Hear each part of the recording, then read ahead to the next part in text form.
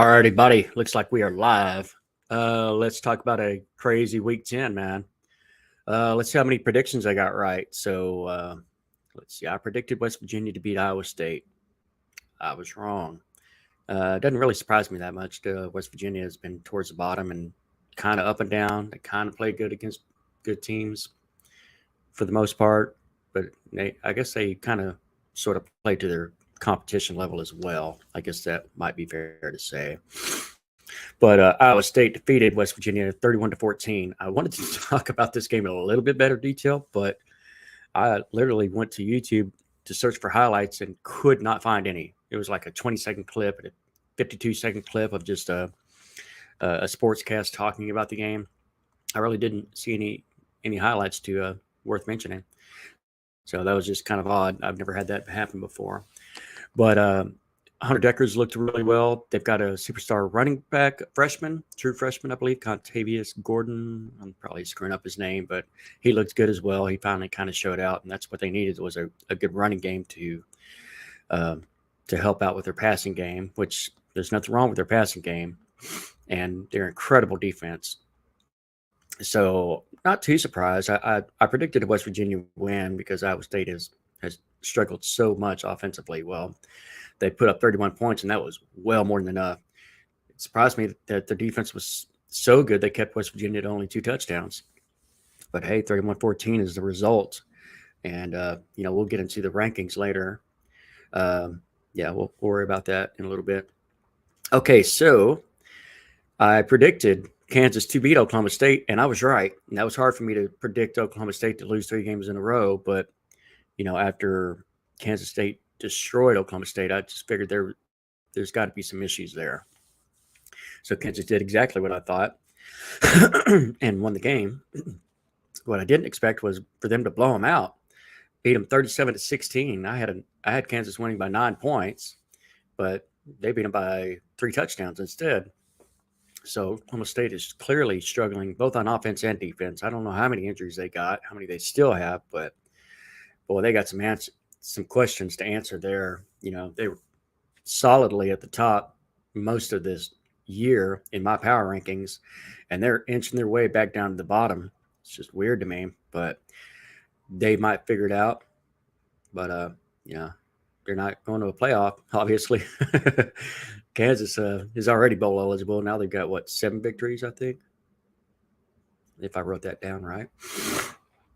So Kansas kind of showing out. They had a pretty monster game by the running back, and Jason Beam has been a very capable backup, which I guess isn't to be too surprising since he was a starter last year before he lost his job to Jalen Daniels, who is absolutely electric. So kudos to Kansas winning another Big 12 game. They will not finish at the bottom. There's not enough time left for that to happen. Who do we want to talk about next? We got TCU and Texas Tech. I predicted TCU to win by 7. They ended up winning by 10. Once again, is this like the third row that TCU had to come from behind? They're playing fire there, and maybe, I don't know, maybe they're starting to get figured out a little bit. Maybe people are trying to contain. Probably could have probably going to lost. Texas Tech probably held them below their average. Defense. TCU's been scoring a lot this year. Offense. So I guess you could say TCU's defense did well. But an issue with Texas Tech is who is their quarterback. They've got Tyler Shuck, who, transferred in, I want to say from Illinois. And they wanted him, but he got hurt. Then they went with Donovan Smith, but he was so erratic. They finally dropped to their redshirt freshman quarterback, Baron Mortons. And he's played well up until Baylor. And then he gets hurt in this game, and they have to bring Tyler Shuck back in. And, my 2 concerns here, one for each team, is TCU, man, they're really playing with fire here. they played some good teams, but they got some good teams left too. They got to play Baylor and Texas.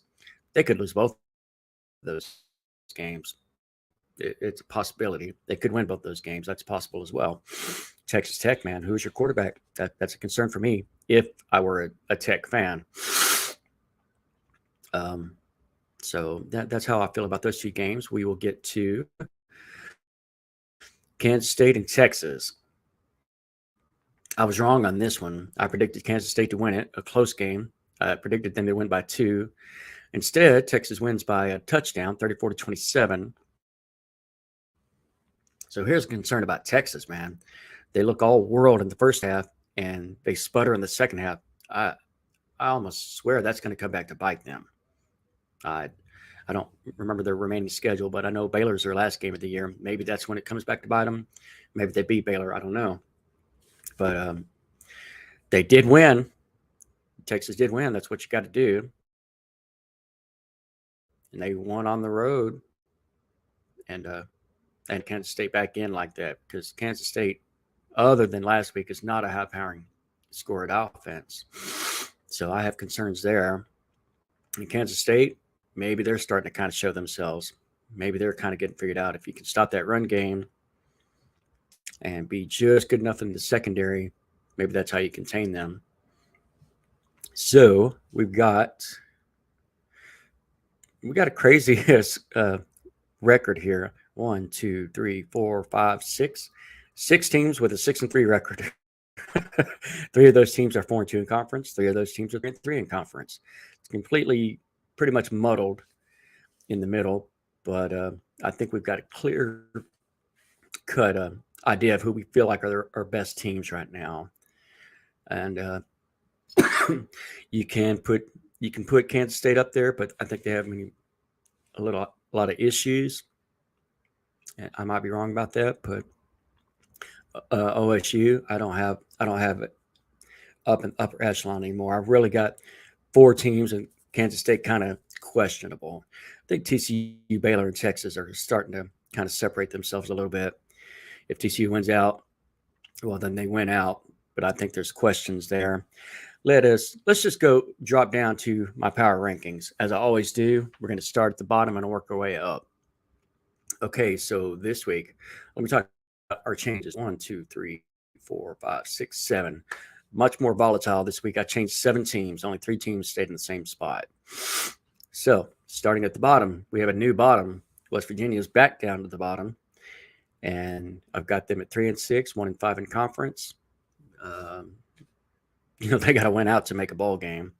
And I don't think that's likely. I don't feel like that's going to happen. They've got just too many issues on defense and not enough time left to solve them. 3-6 overall, 1-5 in conference. I've got West Virginia down at the bottom again.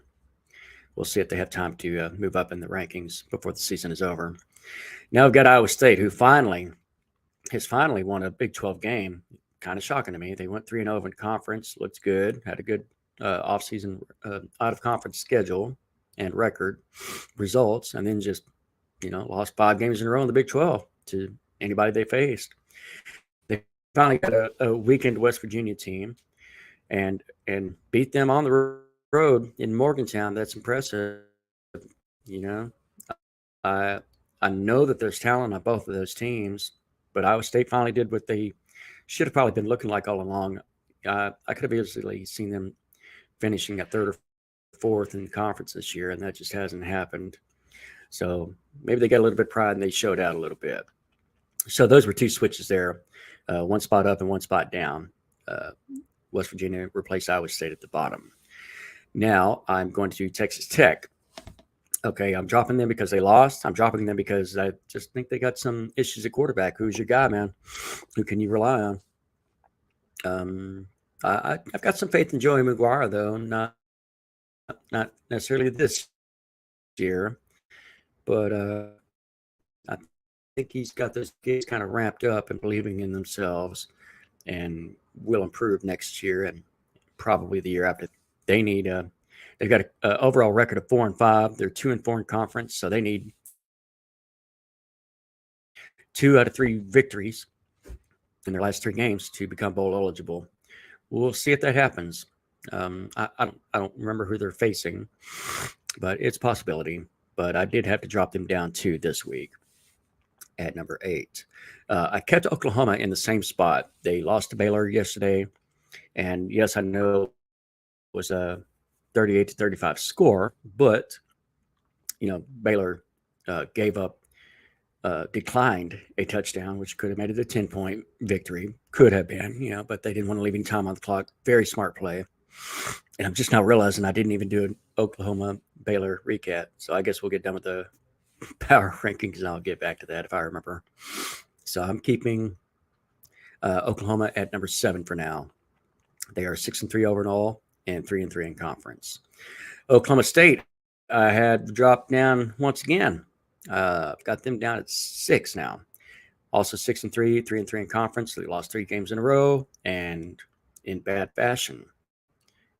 They're getting blown out in these games. So I don't know how many injuries they've got, but they have just fallen off here very suddenly. Very crazy. Jumped off a cliff. They're already bowl eligible, but they're going to have to get some more victories if they want to call this a decent season. It's already a disappointing season because they're not going to make a Big 12 title game. And moving up 3, got Kansas moving back up after a really, really good beatdown of Oklahoma State. Yeah, Oklahoma State's struggling, but if a team is struggling, if you want to consider them bad, then you need to beat the crap out of them. And that's what they did. Even if it was in Lawrence, Kansas, doesn't matter. Got a 21-point victory over them, 37-16. Those are good results. If you want to call yourself a good team, that's exactly what you should do to who you consider to be a bad team, which Oklahoma State looks like at this moment. So Kansas moving back up 3 spots, back up to number 5. Dropping down 2 is Kansas State. I'm just losing a little bit of faith in them. They had to make kind of a furious comeback to make it seem like it was a game when it really wasn't. They let Texas do whatever they wanted against them, which is odd since Kansas State is known to be a good defensive team. Texas can be a high-scoring offensive team. So I don't know. Maybe I'm taking too much away from Kansas State, but they got most of that in the first half. Texas did whatever they wanted pretty much. And this was despite Roschon Robinson, if I'm saying his name right, Roschon Johnson, one of their backup running backs who plays wildcat quarterback every once in a while. This was despite him having a pretty easy looking touchdown run that he fumbled the ball away. So it could have been even bigger. So maybe that explains why it was only a 7-point victory when it didn't really look like that type of game.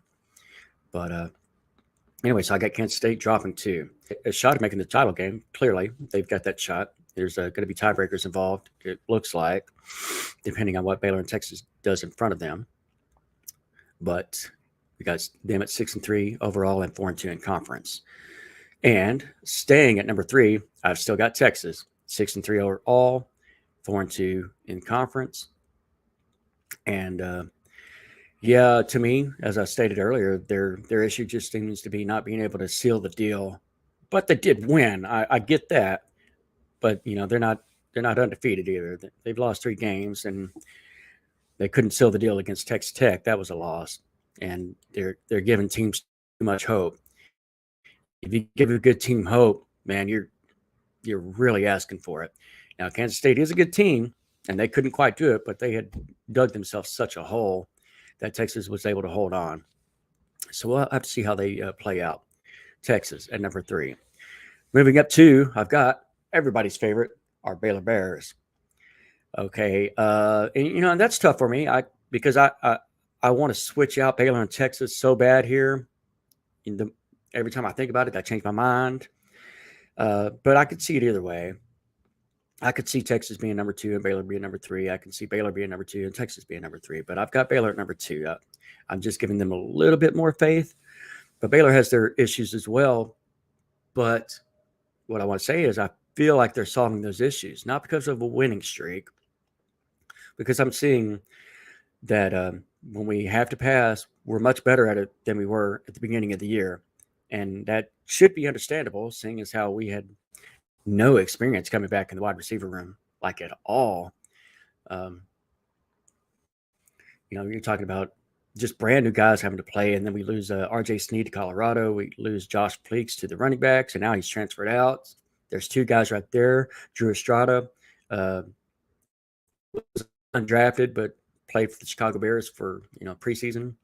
Tyquan Thornton made it to New England. We lost everything and didn't have enough to back them up, and then lost some transfers as well. That hurts. So maybe that's to be expected. I knew I had faith in Blake Shapen. If he has the time, he seems to be the right guy. He seems to be pretty calm, cool, and collected, but he has shown signs of getting frustrated. Point being, there's not really going to be anybody questioning Baylor's run game. That should be improving as well, because now I talked about when Khalil Keith comes back, what that's going to do for our offensive line, and those results are playing out. You got to look at the stats over the last 3 games with him back. So I don't know about Tay McWilliams. I've heard a rumor that they might redshirt him and just kind of give up on him for this year. I'd like to have him this year because I feel like the more the better with the running backs.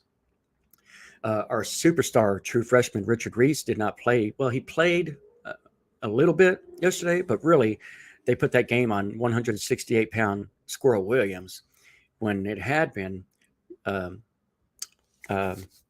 Richard Reese playing that role while the others were injured. It was just Richard Reese and Quaylon Jones. Quaylon Jones looks like a big, muscle-bodied dude, a force to be reckoned with.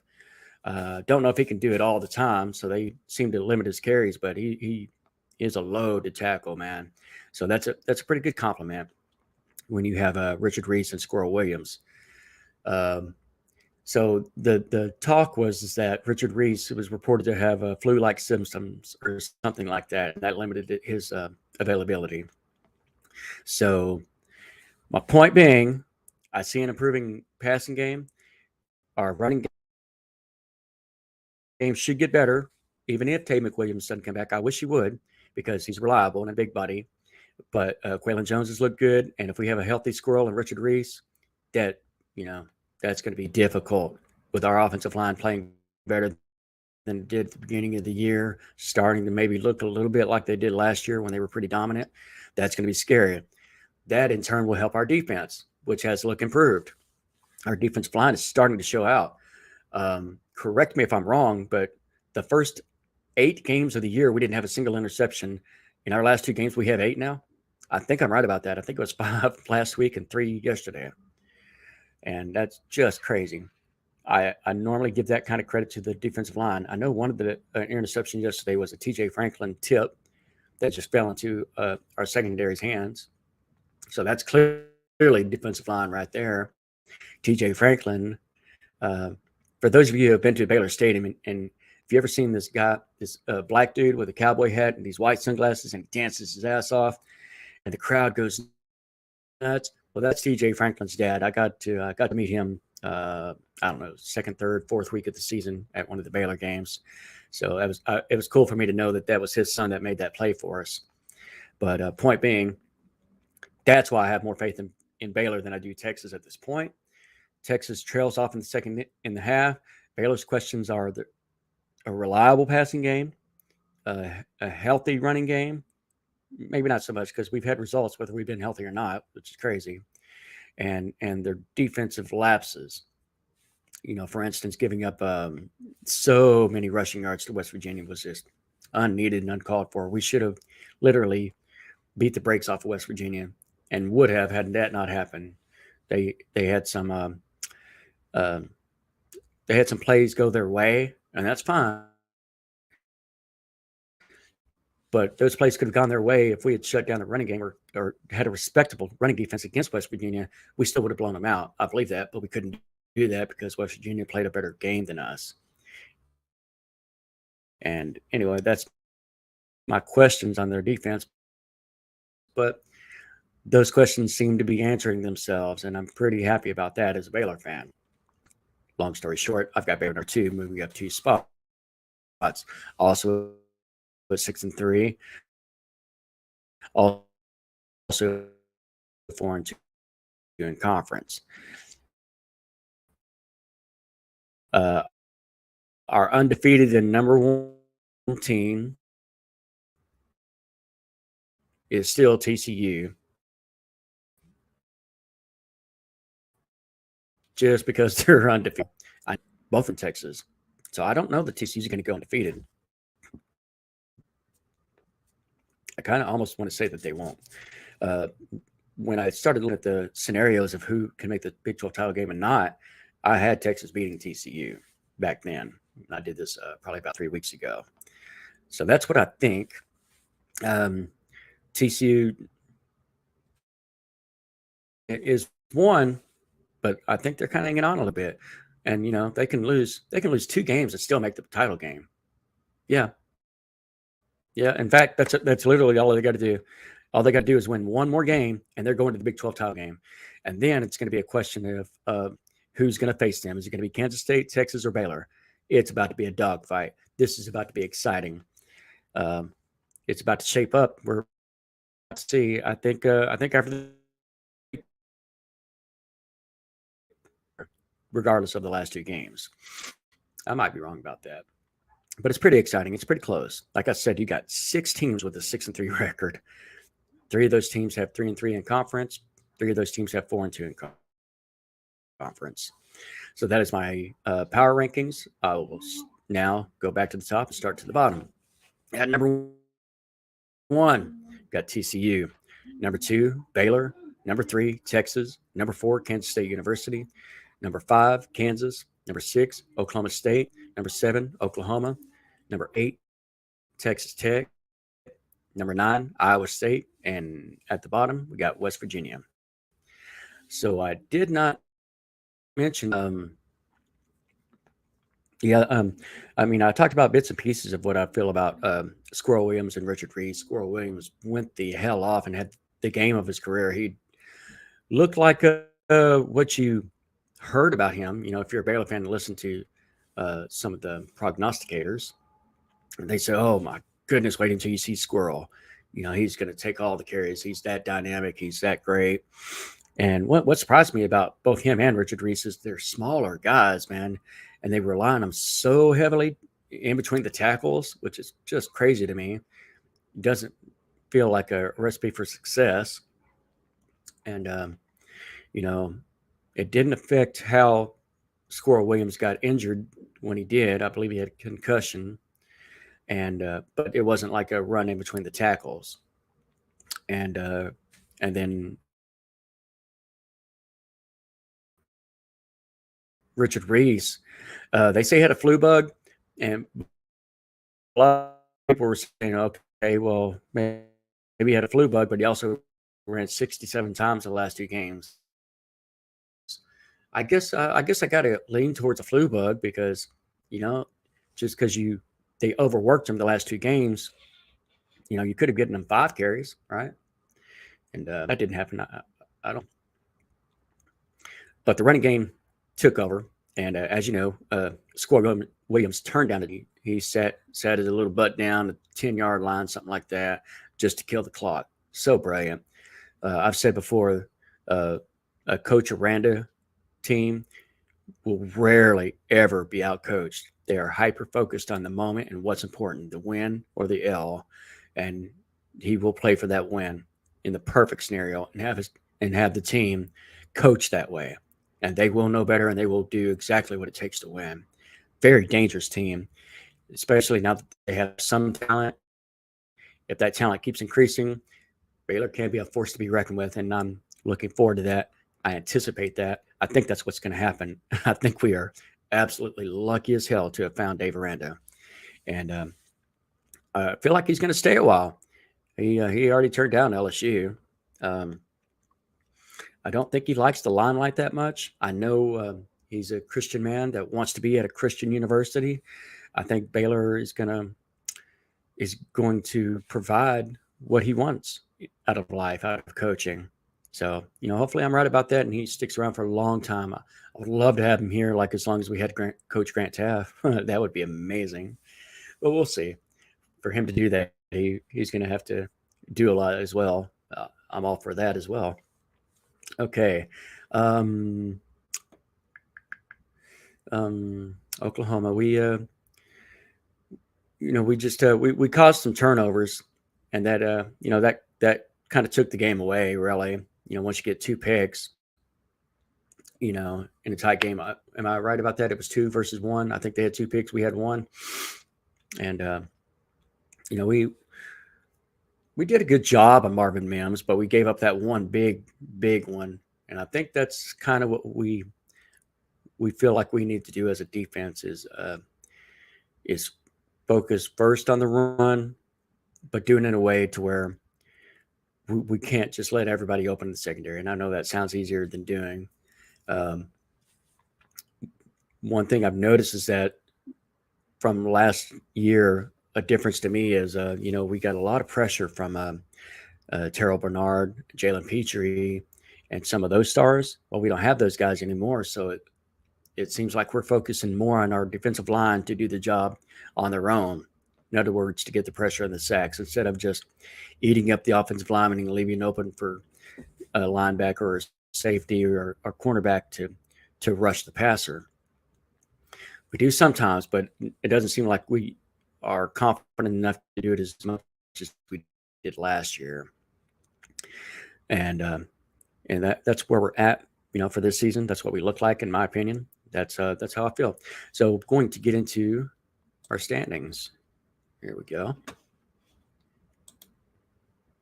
Oops, where'd I go? There we go.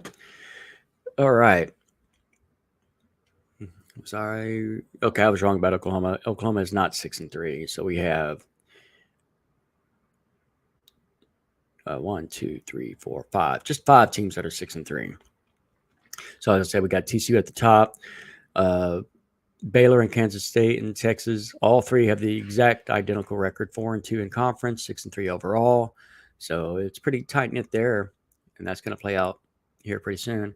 Now Kansas does have a 6-3 record. Okay, so I was right. And Kansas State and Oklahoma State. So how many do we have?